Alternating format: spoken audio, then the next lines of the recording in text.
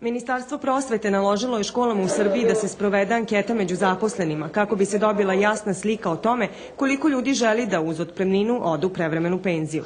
Na taj način bi se smanjio broj zaposlenih bez otpuštanja, kaže ministar prosvete.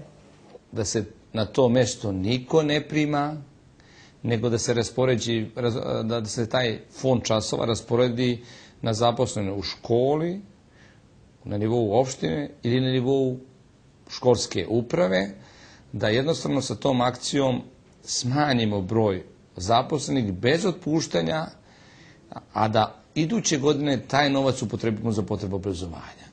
Za dobrovoljni prestanak radnog odnosa resorno ministarstvo izdvojilo bi nadoknadu od 200 evra za visoku i višu stručnu spremu i 180 evra za srednju i nižu. Ukoliko zaposleni ispunjava jedan od uslova za penziju, otpremnina bi bila u visini od 6 bruto prosečnih plata. Sindikalci pak smatraju da otpremnine ne mogu biti manje od 200 evra. Ako to poredimo sa drugim javnim preduzećima, onda ne možemo ni blizu biti zadovoljni. Negde je otpremnina 750 eura po godini staža, dok kod nas to će iznositi neki 200-220 eura, pa i manje.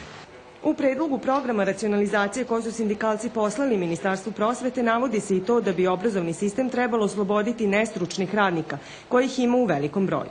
Mi ovaj projekat moramo da završimo što pre. To znači početkom februara da imamo sve podatke i odmah u februaru da uđemo u realizaciju. A da onda pripremamo nešto slično i za iduću godinu, zato što će se nama pojaviti jedan broj ljudi koji su objektivno više.